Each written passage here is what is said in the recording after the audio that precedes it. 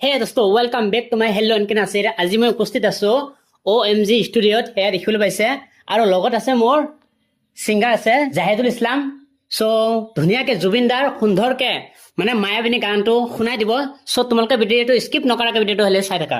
কোৱা মায়াবিনী ৰাতিৰ বুকুত দেখা পালো তোমাৰ ছবি ধৰা দিলা গোপনে আহি হিয়াৰ খুনত তুমি যে মোৰ শুকান মনৰ নিয়ৰে চেঁচা দুপাল নামি অহা ৰ'দৰে নৈ মোৰ দেহাৰ প্ৰতি পোৱা